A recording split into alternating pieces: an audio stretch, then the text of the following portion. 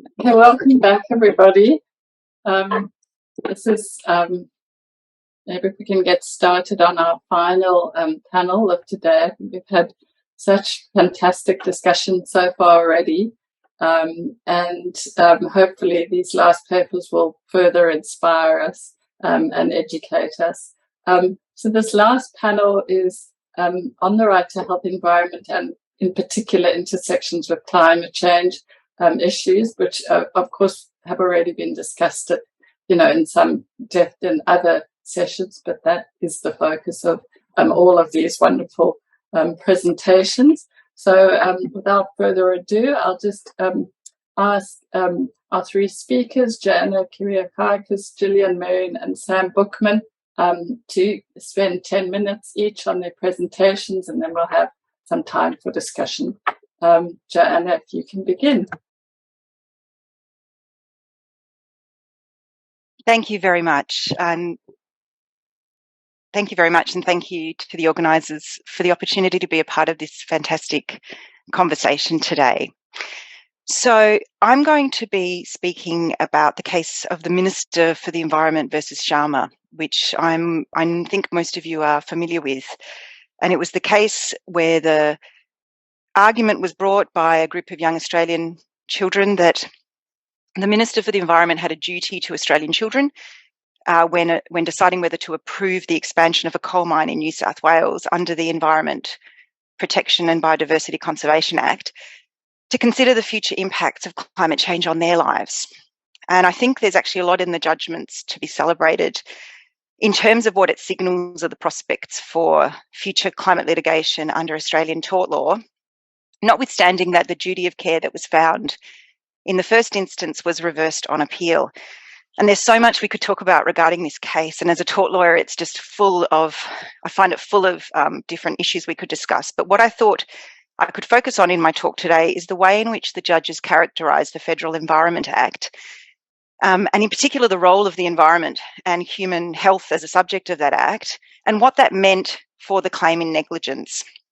And I want to speak also briefly to the role of international law in the judgment, and what, if anything, the recent recognition of a right to a healthy environment might mean for future tort-based climate litigation. And I think some of those themes are things that have been picked up in presentations already. So to begin with, in terms of how the Environment Act itself was understood and its implications in the case. So the Federal Environment Act, the fundamental purposes of that act, the nature of the minister's powers under it, they were of really central significance in all of the Sharma judgments. And that isn't surprising from a tort perspective. This is because when you're determining if a person who is exercising a statutory duty has a duty of care under the common law to those who are purportedly impacted by the exercise of those powers, then the statutory scheme matters quite a bit. And it matters in a few ways, but in particular for duty, it matters in terms of determining the nature of the relationship between the parties. Is it really one of neighbourhood? And it also is important because if an inconsistency is found between the purported common law duty and the statutory scheme, this is a strong reason not to find a duty of care, particularly in novel circumstances. So I think an interesting fault line that emerges in the judgments in Sharma is the two distinct ways that the judges understand the nature of the Federal Act. So on the one hand, we have Justice Bromberg, who was the judge at first instance, and I think his view is actually reflected to some degree in the judgment of Justice Beach on appeal. Justice Bromberg found that the purpose of the Environment Act, if we looked at it as a whole, was not the protection of the environment per se, but it was the protection of the interests of human beings in the environment. And he considered this to be demonstrated and supported by, among other things, the principle of intergenerational equity in 3A of the Act and the protection of the environment as an object of the Act. So this, together with his reading of other relevant provisions, led Justice Bromberg to find that the minister was permitted to take into account potentially adverse effects on human health that would flow from a decision to approve this particular mine. And interestingly, he goes further than that, and he goes even further than what the applicants themselves were seeking.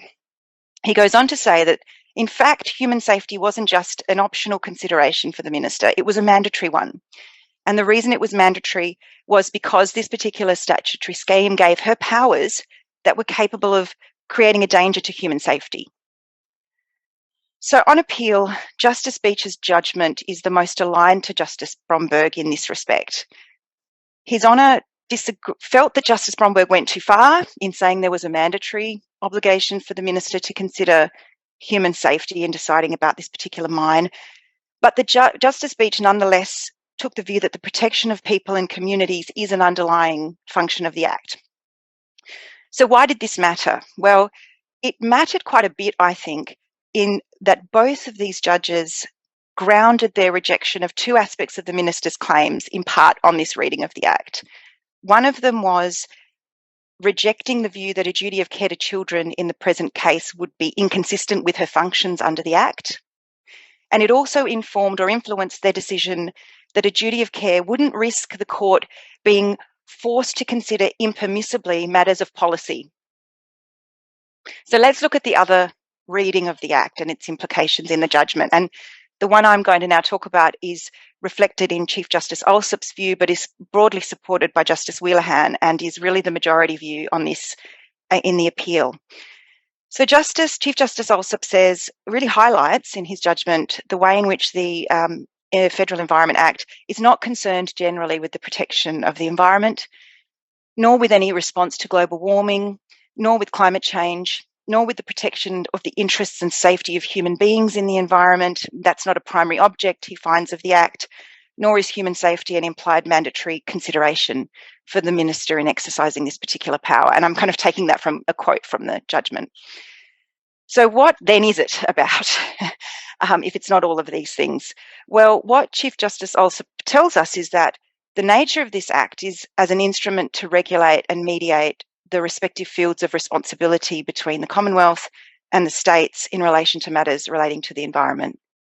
So in this sense, we have to understand the Act not so much as being concerned with protecting the environment per se, but as with demarcating lines of responsibility in respect of the environment in the context of a federal system.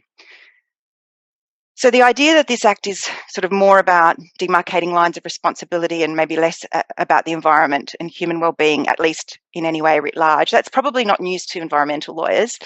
I'm not telling you anything you probably haven't thought about many times, but I think it's really interesting in terms of what that meant for the finding on duty of care.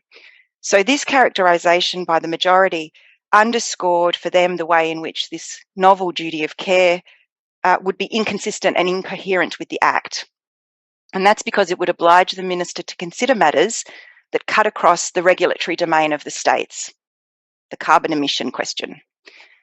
And more fundamentally, in the majority's view, the purported duty would require the Minister to consider matters of what they called core policy of the highest order. Namely, it would require her to consider Australia's coordinated approach to the management of carbon emissions, which is shaped not only by Australia's kind of constitutional federal arrangements, but also by its international agreements, and in particular, the treatment of carbon emissions under the Paris Agreement.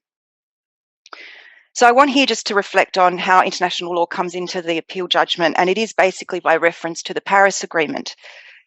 In particular, Chief Justice Alsop emphasises that the most significant proportion of the emissions that will be linked to the burning of the coal that will come out of this expanded mine in New South Wales, which has now been approved, are Scope 3 emissions.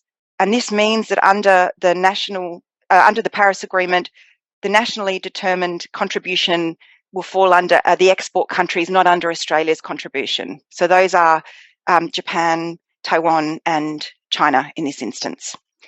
And so as Chief Justice Alsop says, the policy and the international agreement on which all of this is based has to be taken by the judiciary to have been determined by the Australian governments, state and federal, as in the best interests of the state and federal sort of polity, right? I'll just have a quick look at my time. Okay. And so what we're seeing here, I think, is that the judgment demonstrates the way in which international law can sometimes work to restrict or lower it can kind of operate in a restrictive or a lowering way in terms of its influence on domestic possibilities, as opposed to being inherently progressive in the way it influences domestic developments in law. So that really struck me about this, that actually we're kind of getting burned in a way by the way in which this is structured internationally, and it's being kind of replicated, and it's undermining the potential for the utility of this claim.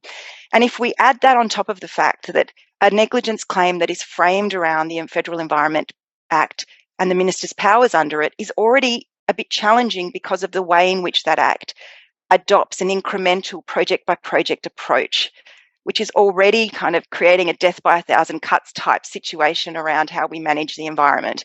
And then on top of that, it's further diluted by this system of undermining the emissions that are related to this particular project.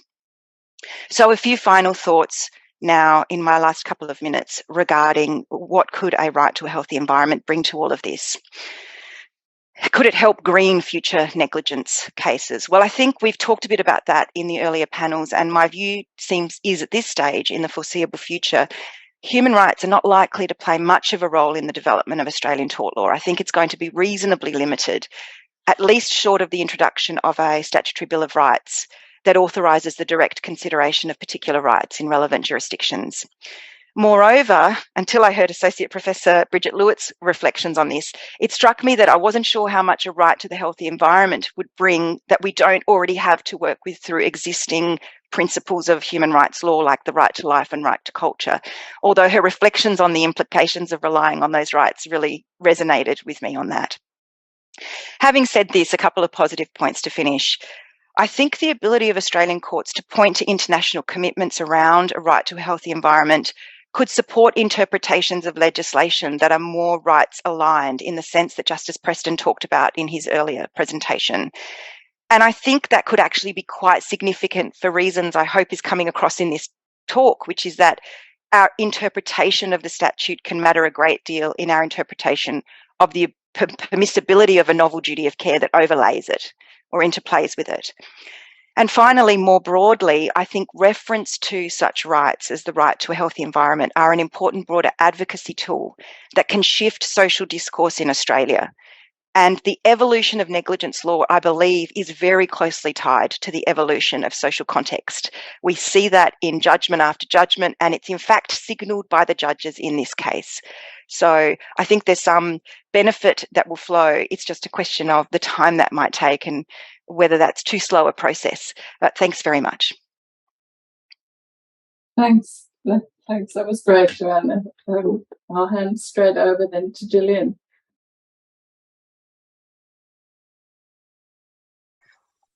Well, thanks very much for the opportunity to speak today, and I'm going to come to this topic much more from a climate and energy industry perspective than and make my way into the right to a healthy environment.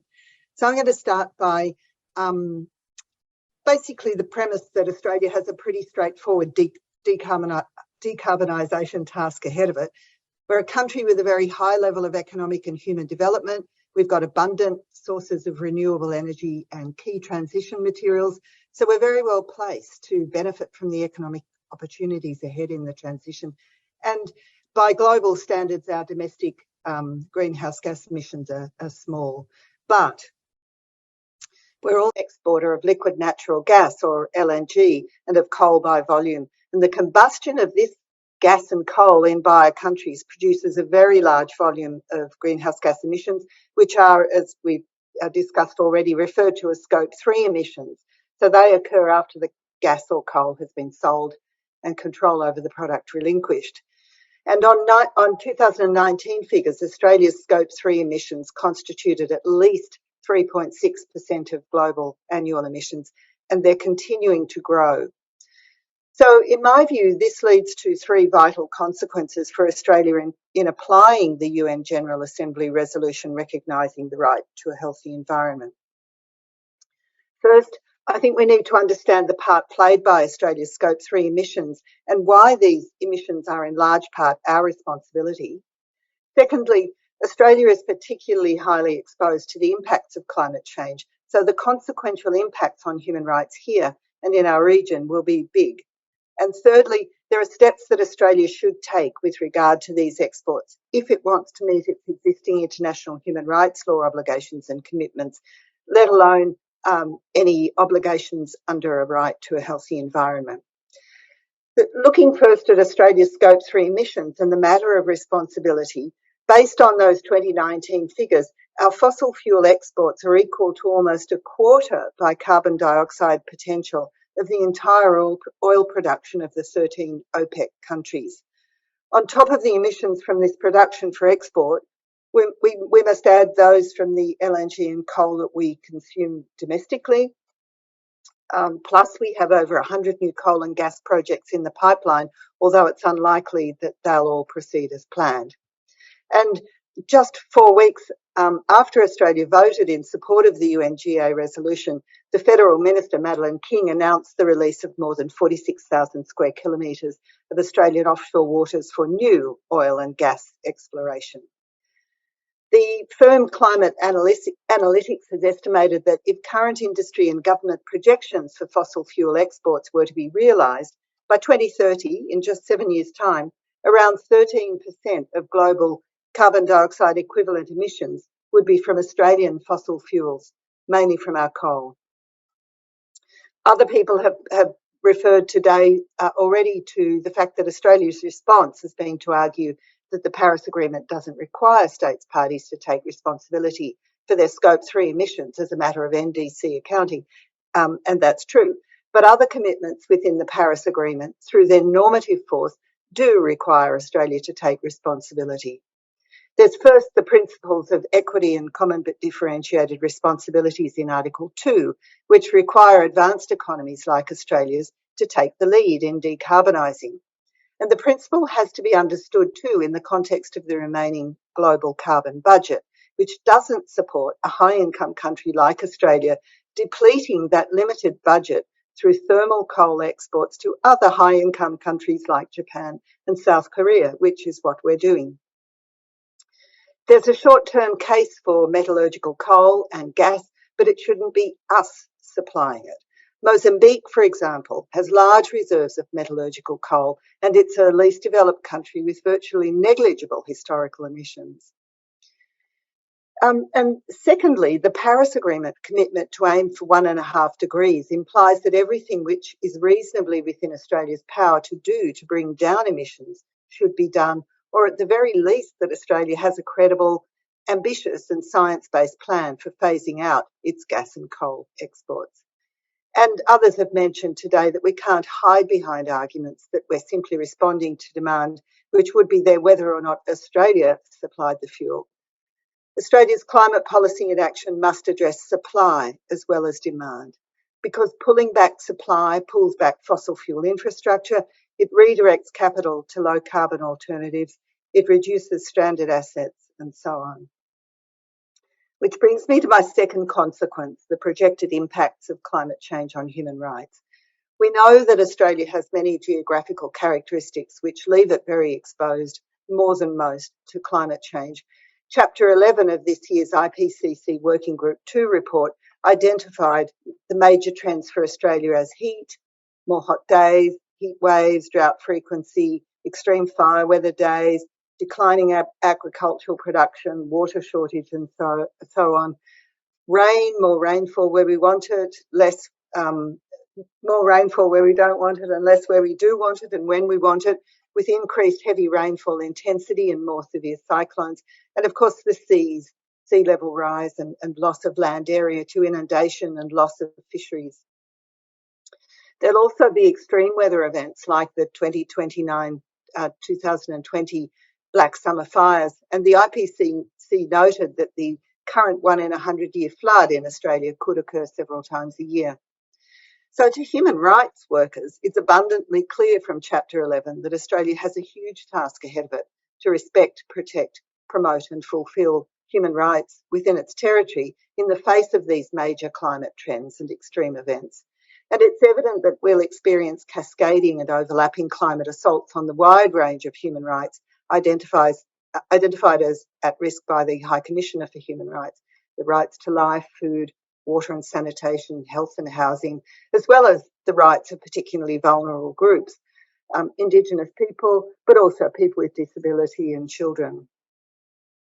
And on current technology, the only way Australia can minimise the impending assault which climate science predicts is through bringing down emissions, which must include the large volume of emissions resulting from our fossil fuel exports.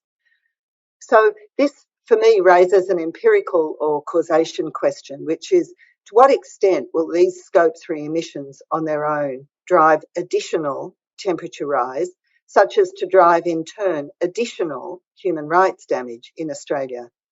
And it also leads me to ask, to what extent will the human rights benefits of any mitigation and adaptation actions Australia takes be counteracted by the temperature effects triggered by these additional Scope 3 emissions?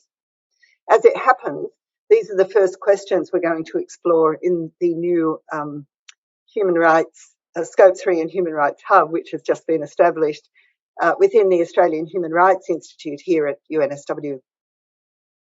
So turning finally to my third consequence, what must or should Australia do to bring itself into conformity with its Paris commitments and its human rights obligations? Well, there's a long list and I won't go through the lot today, but I will say that obviously it must phase out the exports, following, again, obviously suitable pathways for each fuel type. It must deploy both regulatory action and market mechanisms, including due diligence for corporations, which was referred to earlier, and it must make a strong stand in regional and international cooperative initiatives like the Fossil Fuel Non-Proliferation Treaty. On the human rights front, I argue that one critical action is to undertake a comprehensive human rights impact study across multiple climate, regulatory and response scenarios, and that this must include the scenario in which Australia rapidly phases out these exports and takes every step reasonably available to it to encourage other Paris parties to do the same, because this scenario is the one most compatible with its international human rights law obligations. We've seen many instances in the past few years, and these have been referred to in other papers, of human rights law providing a legal foothold to pressure governments through litigation to take swifter and more ambitious action to bring down emissions and hasten the transition. But it's a long game. The majority, for example, in the UN Human Rights Committee in the Torres Strait 8 case, declined to address the inconsistency between Australia's commitment to the Paris temperature goal and its thermal coal exports, even though the committee was asked expressly by the plaintiffs to do so. On a slightly more optimistic note, Greenpeace Nordic and others have filed a case in the European Court of Human Rights against the Norwegian government. They argue that issuing new oil and gas exploration licenses in the Barents Sea will allow fossil fuels to market from 2035 and beyond. By such action in violation, they argue that that's a violation of the plaintiff's right to life and to respect for private life and family life and home, those same ICCPR effectively rights that are being argued in so many cases, this time under the European Convention. So many thanks for the opportunity to speak to you on these matters. Thanks very much, Gillian. And last but not least, I'll hand over to Sam Brookman.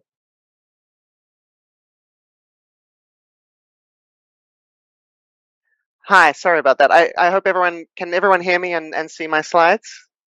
Wonderful, great, then we're in business. Well, thank you very much for including me as part of this really engaging symposium. I'm joining you today from Cambridge, Massachusetts, on the traditional and ancestral land of the Massachusetts, the original inhabitants of what is now known as Boston and Cambridge. I pay respect to the people of the Massachusetts tribe, past and present, and honor the land itself, which remains sacred to the Massachusetts people. And I'm coming to you today, as that introduction indicates, as a bit of an outsider. I'm not an Australian lawyer, but I do study climate rights and climate litigation from a comparative perspective, and so I'm hoping that some of my research may be of interest to you. And in particular, I've recently been researching the way that public law arguments around climate change have been advanced in what I call the CANZUK countries of Canada, Australia, New Zealand, and the United Kingdom. And as Australia has now passed or is getting there towards passing domestic climate legislation, it is no longer an outlier in that group of countries, and I think the comparison becomes more useful. The presentation today relates to a broader project studying the assertion of rights in climate litigation across these 4 countries. And the starting point for this paper is the extraordinary proliferation of climate litigation that has taken place around the world. Among other forms of litigation, one particular category has caught global attention. That is claims based on constitutional and human rights. These claims have come to shape the global legal imagination and reframe the possible roles that courts and public lawyers could play in climate mitigation and adaptation. And remarkably, as we've discussed, a growing number of these claims have been successful. But to date, there's not yet been a successful claim grounded specifically in human rights in any of the 4 jurisdictions that I'm focusing on here. And that observation begs the question, do these jurisdictions have the right kind of constitutional infrastructure to permit such claims? The universe of climate litigation is a large one. There are a wide variety of tools, targets, and strategies that can be employed. And one such strategy, which is what I'm focusing on here, involves the use of rights and their application in a way that I describe as catalytic. And the theory behind this function of rights is that law can provide a corrective to political processes that are beset by corporate capture or by policy inertia. The key thing I want to highlight about this particular mode of litigation is its target. Rather than private or individual actors, this litigation targets a political process as a whole, seeking remedies which will force the political branches to recalibrate or reconstruct climate policy at a high level. So in some ways, it's a very ambitious form of litigation.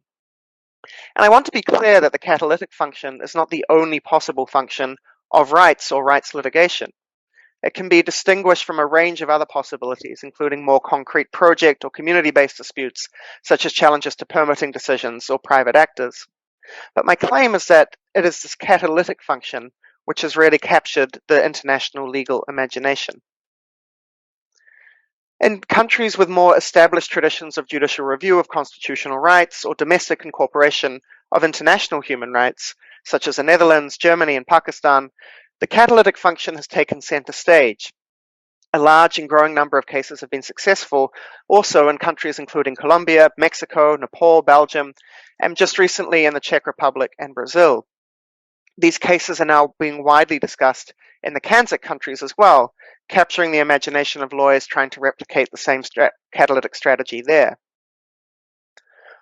Some features of the regime suggest that formal structures which have permitted this kind of litigation elsewhere are simply not present in the Commonwealth model jurisdictions.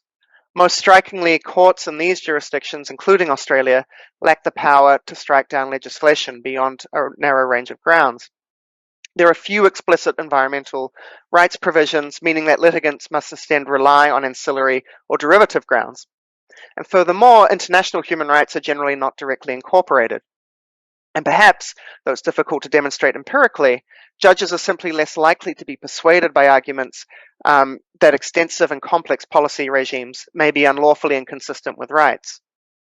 But having identified a major function of rights-based litigation elsewhere, I want to suggest that this function may not be completely beyond reach, but it certainly requires a great deal of lawyerly as well as judicial creativity and imagination. So on a review of the emerging cases, I identify 2 public law pathways that have been used to achieve the catalytic function. The first pathway adapts the overseas template to local conditions. That is, claims that primarily rely on the rights codified in the so-called Commonwealth Model Bills of Rights in New Zealand, the UK, and Canada, and the Australian states and territories of Victoria, Queensland, and the ACT. The second, perhaps less studied pathway is litigation that relies primarily on framework climate and environmental statutes. The first of these pathways, it's important to note, has a very thin record of success to date. The most promising case is the Canadian case of Mather and Ontario, which is being brought before the Superior Court of Ontario by several young plaintiffs represented by their litigation guardians. In 2016, the province of Ontario adopted a statute which was relatively ambitious for its time, the Climate Change Mitigation and Low Carbon Economy Act. That act established an emissions trading scheme and also set a high-level statutory target of reducing greenhouse gas emissions against the 1990 baseline.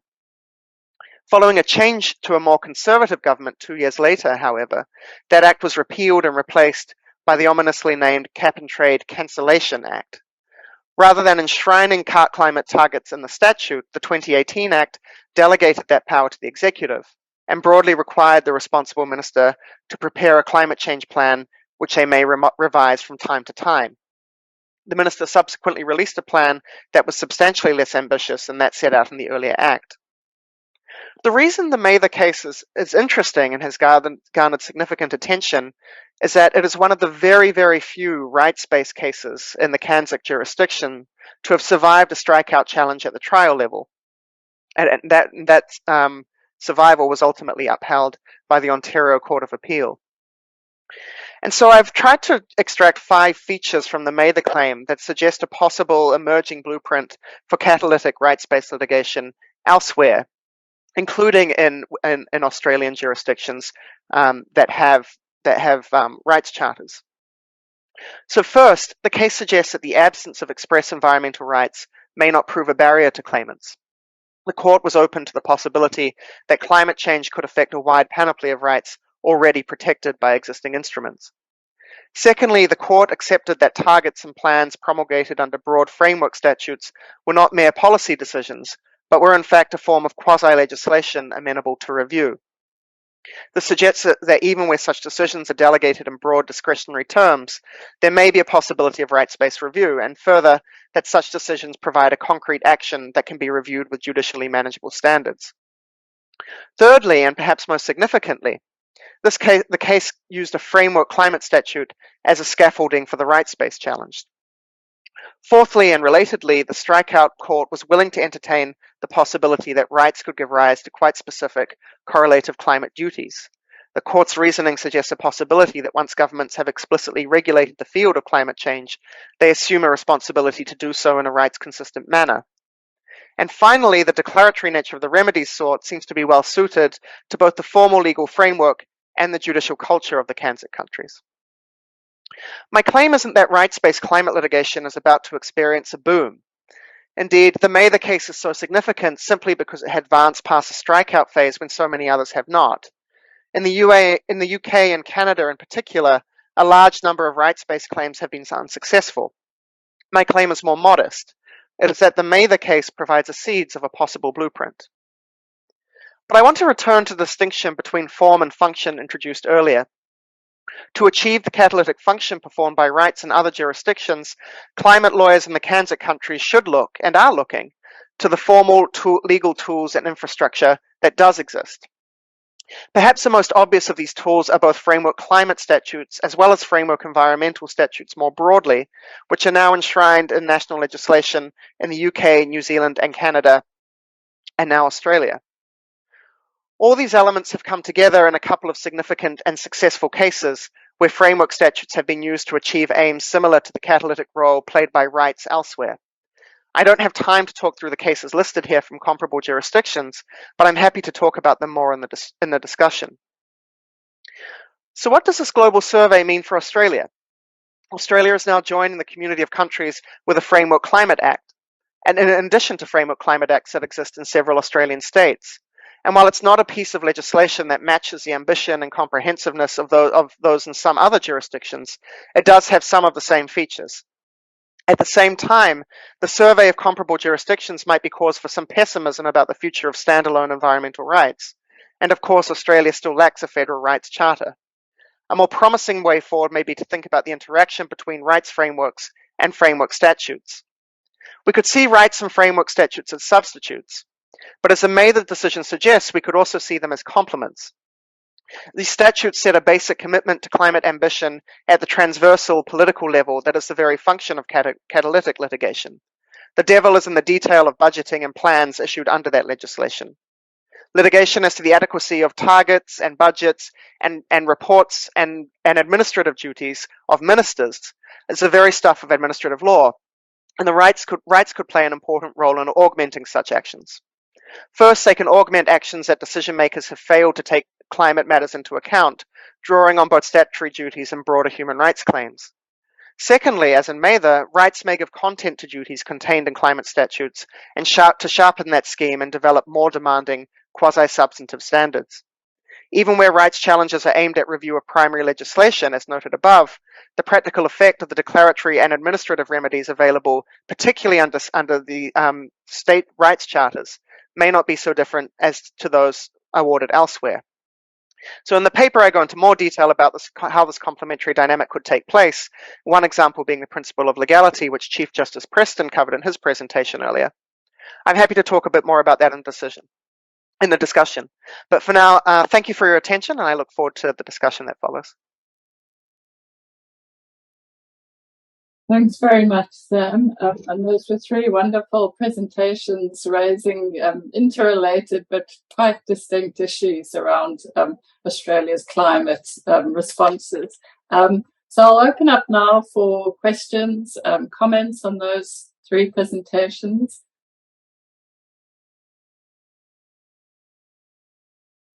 Julia. I'll jump in. Thank you so much, all of you, for very fascinating presentations. I'm really struck too by this problem of Scope 3 emissions that really came through in Joanna and Gillian's presentation, because it is Australia's greatest contribution to the problem of climate change, and on a global level, it's just hugely significant. And I wanted to ask any thoughts that you had, I guess, Gillian, about extraterritorial human rights claims in that regard. Of that, I'm thinking there particularly the Inter-American Court on Human Rights advisory opinion, where they recognised extraterritorial obligations for transboundary environmental harm, where a country is in effective control of the source of that problem. We're clearly in effective control of whether this coal or gas gets out of the ground or not. And I guess in Joanna's case around transboundary tort claims, around these questions, whether there might be possibilities there. So I guess expanding this discussion, which has been quite within a national frame, into a more transnational space. Thank you. Great. So who would like to start? Joanna? Yeah. Certainly, thank you. Yes, it's a difficult one. It's a really difficult one.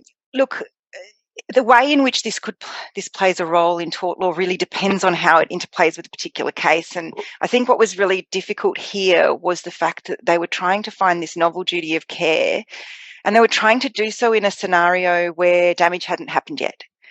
And so the court, particularly the appellate court, was really nervous about finding this kind of novel duty of care where we don't even have actual damage that has occurred to which we can kind of address all of the other elements of the negligence claim. I think we have definitely had sort of transboundary recent tort cases that demonstrate that negligence law, I think, is evolving in really positive ways, I think, around issues of causation in particular, where Australia has contributed causatively to transboundary harms, even when they have travelled quite some distance. They've been more straightforward. We've had cases where, for example, a major oil spill has caused damage to Indonesian livelihoods, and the courts have been willing to recognise those claims. Certainly climate change is more challenging because of the way in which causation works, although we could have a whole discussion about the positive implications of the decision in Sharma around causation. I think it's not as challenging a proposition as sometimes we think. maybe I'm too optimistic, but I certainly think we have a problem for a case like this one where we're finding a novel duty of care, and it was primarily about this in discomfort, allowing the court to in any way challenge, second guess a broader governmental policy approach. And I think, and that kind of, I was reflecting on that as I was listening to Sam's presentation, that actually it did the very nature of this case was doing something of what you were talking about, and that was clearly the anxiety of some of the judges. The other judges, I think, felt we could get around that. We don't have to really, the minister wouldn't really be questioning that. And Gillian's reflections on, if we look at the Paris Agreement more broadly, it's not as straightforward as, this is the problem of our export countries. But it definitely created a challenge for judges stepping into this policy space. I'm not sure I've answered your question, but that's just some ramblings from your question. Thanks. Thanks so much. Thanks. Gillian, if you would like to comment on that and the transnational issues. Yes, thanks. I think, aim is going to be to give a rambling answer too, because it's such a big question. The picture that I immediately get is a kind of cobweb answer. So when you're talking about extraterritorial human rights and the transboundary nature of greenhouse gas emissions, the cobweb of, for example, jurisdictional difference. So we've got the Inter-American Court of Human Rights and the rights within that jurisdiction. We've got the Paris Agreement and its preambular references to human rights. And of course, in Article 2, the very clear statement of the principle of equity, and that the mitigation is going to and adaptation are going to take place on a basis of equity, which brings it within the realm of our concerns in human rights law. The damage done from carbon dioxide is latent, and so you get not just the territorial stretch, but you get the generational stretch. So it's not just between generations. So I don't really have a clear answer other than to say that I haven't mapped it myself. It's a really, I think that we've been pushing for 15 years or more quite hard on the recognition of the transboundary nature of human rights obligations. We keep pushing with that, but I suppose what I'd say is I wouldn't put all my eggs in one basket there. There's a lot of buttons that we could push. Thank you. There's no one else. Christy, maybe a final question. If anyone else wants to jump in, I can cede the floor, but otherwise, mine's a little bit cheeky, is that I'm really just taking up the offer that Sam made to ask a question about some of that detail that you weren't able to include. I would love to hear a little bit around the cases that you identify, particularly, I guess, New Zealand, where there's a little bit more of a comparative jurisdiction there, and whether or not that might be something that we could see around sort of using this principle of legality, for example, to try and draw these kind of questions of legality together in the Australian context. Yeah, sure. So on the principle of legality, I'm not sure that I've seen it invoked as explicitly in comparative cases as I think it could be. And this is a point I make in the paper, that I think what we're seeing at the moment is a body of law developing around administrative duties of either ministers or advisory bodies under framework climate statutes in New Zealand, in the UK very recently as well, also in Ireland, where these statutes have been found to give rise to fairly substantial duties. In a lot of cases, that's been driven by, rather than the principle of legality, more of a purpose of interpretation, I guess, where courts are seeing these statutes as commitments that governments have made to at minimum, a degree of transparency and accountability over climate change. So we're not necessarily seeing courts developing, I guess, more substantive duties. And my suggestion is through things like rights-consistent interpretation, particularly in those three countries where there are federal rights charters. But I think even in the absence of a federal rights charter under the principle of legality or under presumptions of consistency with international law, that we could see that those two kinds of arguments playing out in tandem.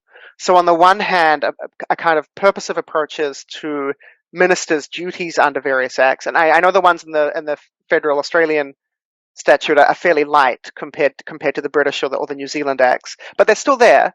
And in particular, there are duties on the Climate Commission, or the advisory body, which are more substantial, and we're starting to see litigation happen around those kinds of duties as well. So the suggestion is that those limited duties can be interpreted in a purposive approach in line with the kind of catalytic framework that I've offered, and I think we're seeing that, and augmented by rights-based standards, which can give a little bit more substance and color to those duties. Yeah. Thank you. Thanks very much. If there are not other questions for this panel, it might be time now to move on to wrapping up what's been a long and I think very thought-provoking day.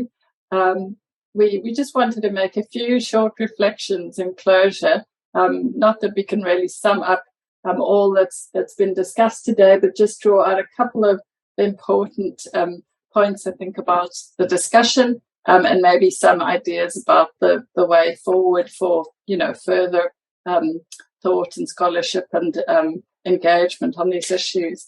I'll just start off really just to firstly thank everybody for incredible presentations, fantastic timekeeping, and really wonderfully thoughtful, interesting ideas. There's just the one thing that struck me was the amount of creativity and engagement on this new right, but work that people have been doing for so long, and just trying to constantly think about new ways of engaging the sort of little bits of law and space and rights that we have to tackle what is, such an enormously challenging and complex issue. And it was just wonderful seeing, hearing both international actors like Ian Fry, Justice Preston, lawyers at the coalface, people working in the Human Rights Commission space, and academics, all looking at this issue from a range of different creative and important angles. The other thing I thought that was important in what Professor Bellina raised was this issue of cross-disciplinarity. While most of us are speaking about this as lawyers and often in quite legalistic ways, what also struck me is that we aren't all the same kind of lawyers, and that this has been a room full of human rights lawyers, environmental lawyers, constitutional lawyers, people working in tort law, people working in a range of, administrative law, a range of different spaces. And through that work, trying to think across disciplines or across fields of law and scholarship to bring all of those insights into conversation with each other in as useful ways as possible. And that's often very productive. In terms of what came out, I think some very important conceptual questions were touched on, but not necessarily taken as far as they need to be, around what this right to a safe, sustainable, clean and healthy environment actually is, in terms of what Bridget raised, some of those issues around who that right is actually serving, whether that right is there for humans or for the planet itself, and what we understand by what we can actually do with the space that rights offers. Is it helpful to the expansion of ideas of law in service of something bigger than us humans, or is it constraining us in the way that we see ourselves in relation to our world and our environment? And I think also what Lena raised as well around Western worldviews that shape our legal frameworks, and how alternative approaches to the environment can and should inform our understanding of this right and work in this space. The other thing, the next sort of key sort of thread, I think, from today's discussions was questions of real practical legal options that we can use within existing laws to give effect to this right. And I think we heard some really interesting and thoughtful ideas about how we expand ideas of interpretation within this often small spaces that we have around human rights and around environmental laws to start giving effect to this right and using it to push for some of those new understandings and interpretations. And the final thread, I think, is the creative possibilities that many people spoke about beyond the more narrow spaces that we have, to think bigger and to think beyond what we have now here in Australia's very limited legal framework, ways either that just force us to open our minds to imagine the possibilities of where the law could go, or practical strategies to engage at regional, international, and national levels, and within our state and territory laws and constitutions. And within that, I think there were many really exciting and interesting ideas. Lastly, I think what today raised was that this isn't all just about law, and that much of what we have done and are doing in this space is about the discursive level as well, and about trying to impact and change people's understandings and different actors' understandings of what a right to a healthy environment actually means in terms of our responsibilities to the planet, but also in terms of the human impacts of the impacts on humans of all of the problems and challenges that we face.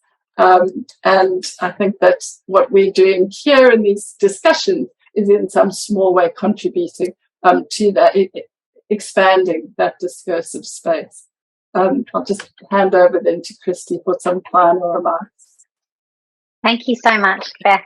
I fear that I'm going to be somewhat repetitive. I think we're very much on the same page, but I guess just picking up on some of those threads and looking at perhaps some of the things that seem to, that the people have really focused on in terms of what we can do going forward if we're looking at taking up this challenge of encouraging implementation. A really central theme was around creativity and imagination, and really finding those sort of spaces of possibility. There's this question of kind of the greening of rights and rights imbuing environmental law. And I think some of the cross-disciplinary conversations that we're having today is around trying to get these ships to meet in the night and to actually start to have them to better understand each other and to better imbue principles into each other.